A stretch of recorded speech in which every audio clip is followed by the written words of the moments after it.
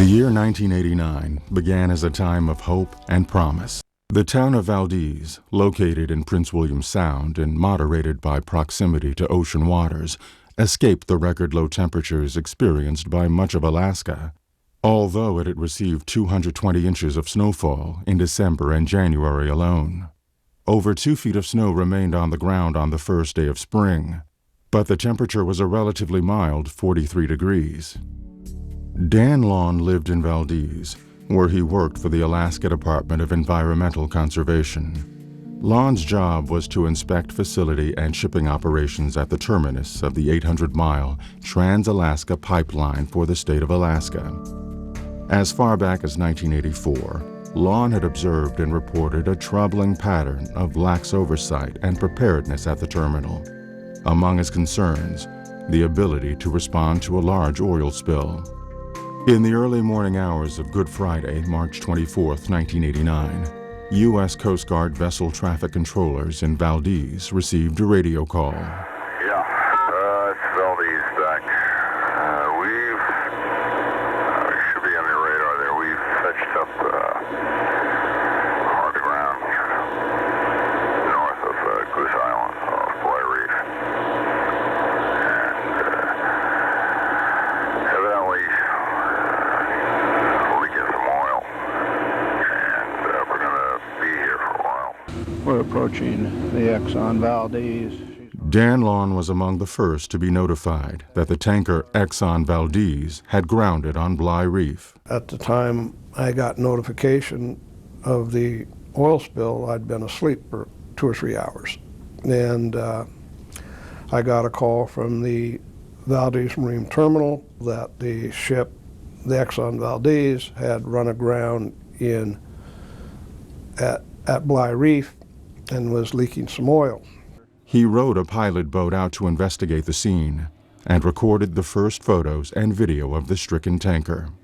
Arriving on the bridge of the tanker, only a few hours after Captain Joseph Hazelwood's radio call to the Coast Guard Vessel Traffic Control Center, Dan Lawn documented the initial attempts to calculate how much oil had been lost to that point.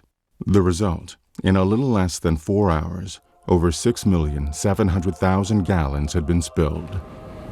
You can see it leaking there by 5 port. The rate of loss from the ship was nearly 500 gallons of crude oil per second. 8 of 11 cargo tanks and 2 ballast water tanks had been torn open. Ultimately, the Exxon Valdez would leak 11.2 million gallons into the waters of Prince William Sound.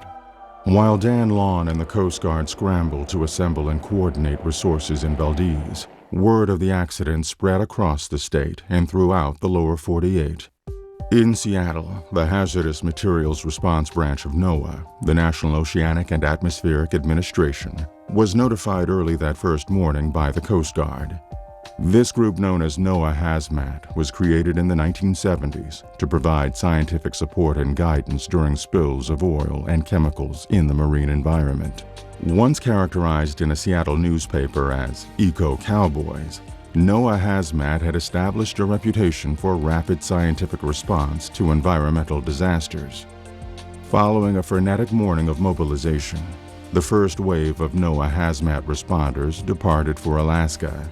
By 7 p.m. March 24th, the first day of the spill, they were on the ground in Valdez and attending a press briefing with the Coast Guard and other response agencies. Over the next few weeks, NOAA Hazmat provided critical support for the response, detailing where the oil was and using computer models to predict where it would go. On the ground, NOAA team members helped to document initial oiling conditions on the beaches of Prince William Sound as resources were mobilized for what would become the largest oil spill cleanup in history. Just as the scale of the spill and response was unprecedented, so too were the challenges.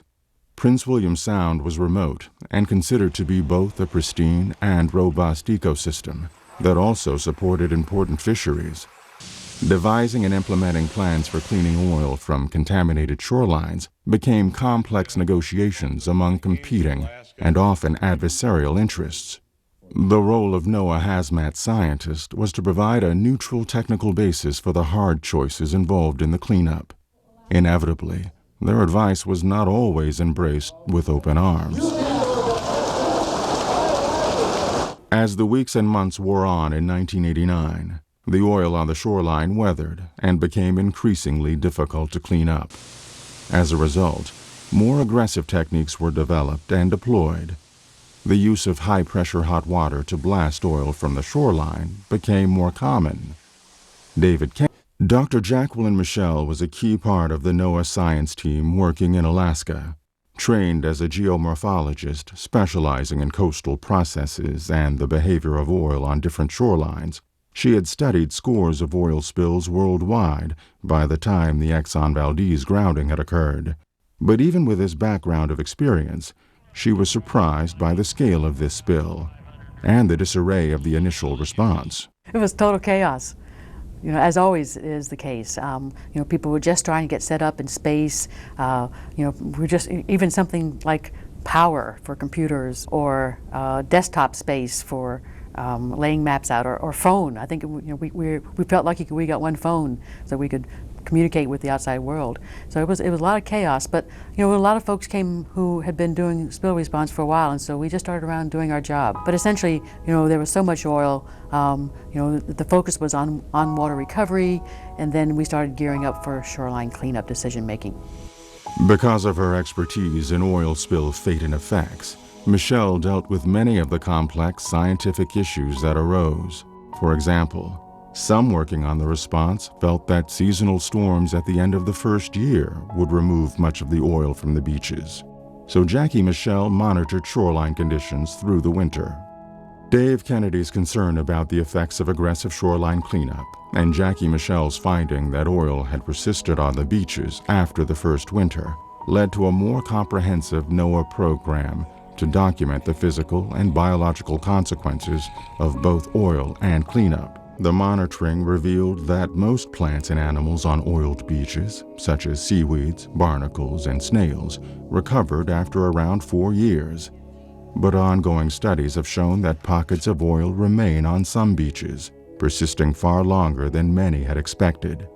Continuing research aims to determine just how harmful this old oil might prove to be. NOAA Hazmat used the results of its studies to improve the guidance it provides during oil spill responses. In addition, the rare opportunity to study an area affected by an oil spill over many years has contributed to our understanding of how a complex ecosystem like Prince William Sound's responds to disturbance, especially in the face of other large-scale changes in the marine environment caused by climate change, sea level rise, ocean acidification, and cataclysmic events like tsunamis and hurricanes. 20 years later, the Exxon Valdez spill still means different things to different people, and it endures as a source of controversy, even as it recedes into history. There's still oil in Prince William Sound 20 years later, and in some places quite a bit. It just happened to be the Exxon Valdez. It just happened to be Exxon's ship. It could have been Arco's, it could have been BP's, it could have been anybody's ship. The reason the spill occurred is the system had deteriorated to the point where oversight was lax. There's a lot of interest in sort of revisiting, 20 years later, what have we learned? What still needs to be done, if anything? Or I'm starting to see that we're falling back into this complacency that existed before the oil spill.